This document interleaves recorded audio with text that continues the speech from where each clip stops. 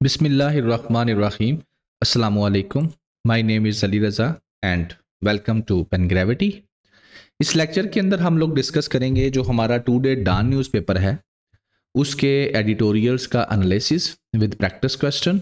And today is 26 अप्रैल 2025 और ये है जो आपका टुडे डॉन न्यूज़पेपर है उसके एडिटोरियल्स और ओपिनियंस वाला पेज। और इस लेक्चर के अंदर मैं कवर करूंगा जो आपका एडिटोरियल्स वाला सेक्शन है, यानी कि ये तीनों के तीनों एडिटोरियल्स। ठीक है, बाकी बेटा ये वाला आपका जो सेक्शन है ये है ओपिनियंस का सेक्शन। इसके अंदर इन द सेम फैशन ये चारों के चारों जो ओपिनियंस हैं इनका एनालिसिस किया जाता है, डेली बेसिस के ऊपर किया जाता है। ठीक है, और अगर आप ये वाला लेक्चर भी सुनना चाहते हैं तो इसके लिए ये फोकल पर्सन का नंबर है, आप लोग रजिस्ट्रेशन करवा सकते हैं। अप्रैल के जो लेक्चर्स हैं वो मौजूद हैं और बाकी अभी हमारा जो मई वाला सेशन है उसकी भी रजिस्ट्रेशन ओपन हो चुकी है, आप इसकी भी रजिस्ट्रेशन करवा सकते हैं जो कि 1 मई से हम शुरू करेंगे। तो एज पॉसिबल एज जितना जल्दी आप करवा सकते हैं वो बेहतर होगा आपके लिए। ठीक है, तो रजिस्ट्रेशन के लिए आप इसी नंबर पर रब्ता करें। और बाकी we are not new one here, ये सारे लेक्चर्स जो हैं 2024 के सब सारे महीनों के मौजूद हैं, आप इनको भी सुने। 2025 के हैं, ये सारे रिकॉर्डेड मौजूद हैं, इनको भी आप लोग सुन सकते हैं।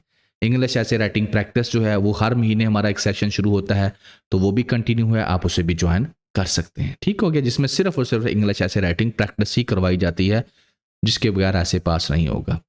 बाकी बेटा क्वेश्चन जो टुडे है, आपको पता है जो वाइस प्रेसिडेंट है यूएसए का वो है जेडी वेंस। इसकी जो वाइफ है उसके बारे में आपने बताना है कि उसका ताल्लुक किस मुल्क से है, जो ओरिजिनल उसका मुल्क है, यानी कि ओरिजिन जो है उसका क्या है। ठीक हो गया, तो उसका आपने बताना है, फिर आपको पता चलेगा एक न्यू थिंग, एक नई चीज़ पता चलेगी कि उसका ताल्लुक कहाँ से।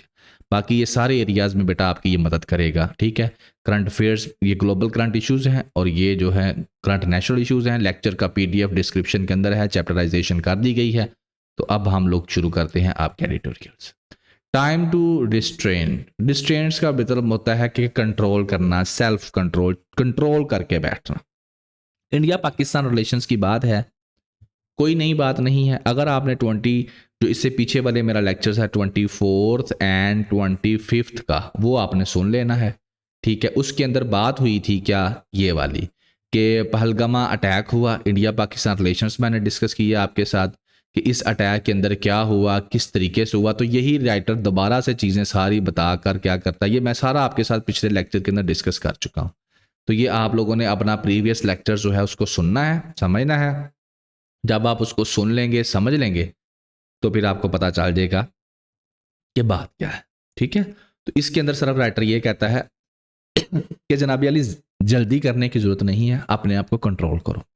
ये जो भी इंडिया और पाकिस्तान के दरमियान जो जंग लगने की कुछ सूरत हाल बनी हुई है, ये गलत है। इंडिया को चाहिए कि वो एविडेंस दे। अगर वो कहता है कि पाकिस्तान इन्वॉल्व है तो वो एविडेंस दे और उसके बाद कुछ करे। लेकिन इंडिया पहले ही लगा हुआ है, क्यों लगा हुआ है, क्या प्रॉब्लम है उसके साथ, ये सारी चीज़ें मैं इन लेक्चर्स के अंदर डिस्कस कर चुका हूँ, क्योंकि इन दोनों लेक्चर्स के अंदर हम लोगों ने इसको डिटेल में डिस्कस किया है, ये जो इशू हुआ है। तो राइटर ने वही जो है डिफरेंट वर्ड्स के अंदर इसको इस्तेमाल किया। तो आप ये लेक्चर सुनिएगा, आपको समझ आ जाएगी। बस इसके अंदर उसने ये कहा कि एविडेंस जो है इंडिया प्रोवाइड करे। ठीक है बेटा, ये था आपका फर्स्ट। सेकंड, अच्छा ये देख लें, ये वही वाला कल वाला, ये सारे का सारा। ठीक है, मैं आगे चलता हूँ। ये सारा मैंने कल आपके साथ डिस्कस किया था, तो ये आप लोगों ने प्रीवियस लेक्चर सुन लेना, ये सारा कवर हो जाएगा जो इसने नहीं सुना। अ वाइस डिसीजन, फैसला। दूसरा आपका एडिटोरियल, अ वाइस डिसीजन।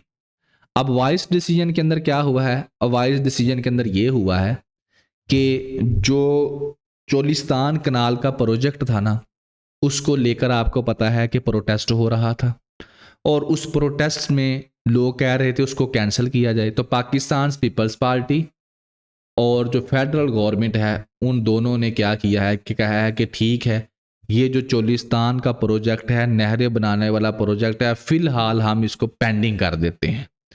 हम अपना जो ये वाला इशू है इसको लेकर जाते हैं काउंसिल ऑफ कॉमन इंटरेस्ट में, वहाँ पर जाकर हम इसको प्रॉपरली डिस्कस करते हैं और उसके बाद जो फैसला होगा उसके मुताबिक फिर ये प्रोजेक्ट जो है लॉन्च किया जाए।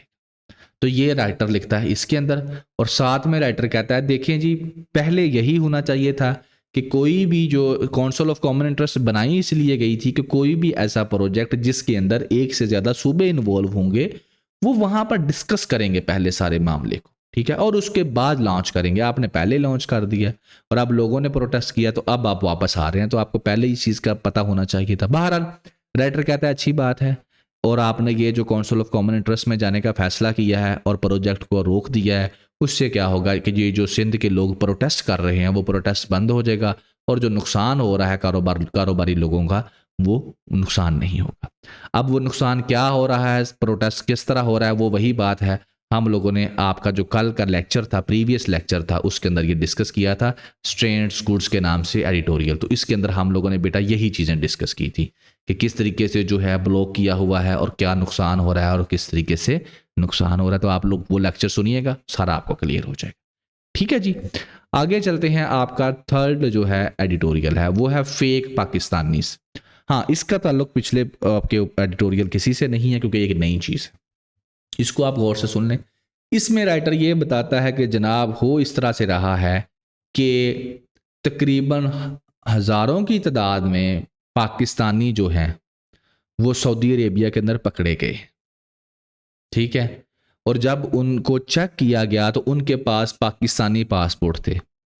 लेकिन उसके बाद जब पाकिस्तान को सऊदी अरेबिया ने इन्फॉर्म किया और पाकिस्तान ने जब चेक किया तो वो अफ़गानी निकले। तो ये अब चीज़ राइटर लिखता है, कहता है पाकिस्तानी जो हैं वो सऊदी अरेबिया के पकड़े गए लेकिन असल में वो अफ़गानी थे, वो फेक पाकिस्तानी थे।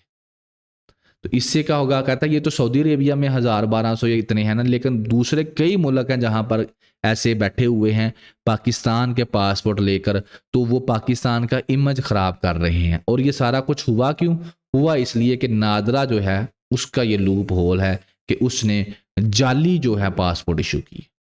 तो यहाँ पर राइटर आपको यही चीज़ बताता है कि 12,000 अफगान जो हैं वो फेक पाकिस्तानी पासपोर्ट इस्तेमाल करके सऊदी अरेबिया चले गए और अब उनको पकड़ा गया।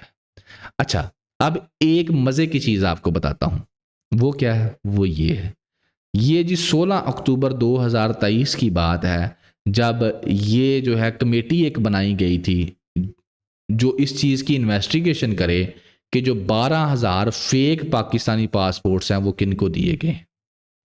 क्योंकि उस वक्त ये चीज़ हमारे सामने आई थी, अक्टूबर 2023 में हमने इसको डिस्कस भी किया था कि फेक पाकिस्तानी जो हैं वो दिए जा रहे हैं पासपोर्ट्स। तो ये कमेटी डिस्कस, अब वही पासपोर्ट आज हमारे लिए शर्मिंदगी का बहस बन रहे हैं कि वो पासपोर्ट किनको दिए गए थे, अफ़गानियों को, कुछ अफ़गानियों को दिए गए और वो अफ़गानी पाकिस्तान के पासपोर्ट के ऊपर बाहर जाकर जो हैं वो मुख्तलिफ़ किस्म की इल्लीगल एक्टिविटीज़ कर रहे हैं। अब यहाँ पर मैं इसके साथ एक और दो चीज़ें ऐड कर देता हूँ। दुबई ने पाकिस्तानियों के ऊपर वीज़ा बंद कर दिया क्योंकि ये वहाँ पर जाकर भीख मांगते थे, इनका जो है इसके अलावा एटीट्यूड अच्छा नहीं था, वहाँ पर बिहेवियर अच्छा नहीं था। तो उसमें अब किसी को क्या पता है कि ये पाकिस्तानी है या अफ़गानी है, बस यही है ना पाकिस्तानी पासपोर्ट है। तो इससे भी आपको कितना नुकसान हुआ। सऊदी अरेबिया के अंदर भीख मांग रहे हैं जी, वहाँ पर पकड़े गए, वहाँ पर हमारे लिए बेइज्जती हुई, और लेकिन पीछे कौन है? अफ़गानी है, ठीक है। तो ये नुकसान हो रहा है ना पाकिस्तान को। अब इसमें हो क्यों रहा है कि नादरा पहले जो था, जो FRC फैमिली रजिस्ट्रेशन सर्टिफिकेट से FRC वो पहले नादरा खुद इशू करता था, लेकिन अब नादरा ने क्या किया है, ये काम दे दिया यूनियन काउंसिल वालों को। तो यूनियन काउंसिल वाले आपको पता ही है कितनी मजबूत बॉडी है, तो वो FRC जो है फैमिली ट्री बनाकर देते हैं, उसके अंदर आप लोग अफगानियों ने अपने नाम डाले, पाकिस्तान के शनाख्ती कार्ड बनवाए, पाकिस्तान के पासपोर्ट फेक बनवाए और बाहर के मुल्कों में जाकर वो इलीगल एक्टिविटीज़ की और पाकिस्तान का इमेज ख़राब किया। तो इस तरह आप समझ सकते हैं कि ये किस तरह ज़रूरी होता है कि आपका डाटा जो है वो सेव रहे, आपको हर चीज़ को चेक एंड बैलेंस रखना पड़ता है। तो ये एक वो आपके साथ शेयर करता है, ठीक है जी। बाकी बेटा ये फोकल पर्सन का नंबर है, आप उससे रब्ता कर सकते हैं, रजिस्ट्रेशन करवा सकते हैं। हमारी जो मई का जो सेशन है डॉन एडिटोरियल ओपिनियन एनालिसिस का, उसका जो है सेशन शुरू होने वाला है, उसकी रजिस्ट्रेशन ओपन है, आप उसमें रजिस्ट्रेशन करवाएं। इंग्लिश ऐसे राइटिंग प्रैक्टिस जो है वेरी मच इंपॉर्टेंट है, उसमें रजिस्ट्रेशन करवाएं एंड इंशाल्लाह you will learn many new thing. बाकी जी इंशाल्लाह अगर मेरी ज़िंदगी रह गई तो नेक्स्ट लेक्चर के साथ फिर हाज़िर होऊंगा, तब तक दुआओं में याद रखिएगा। अल्लाह हाफिज़।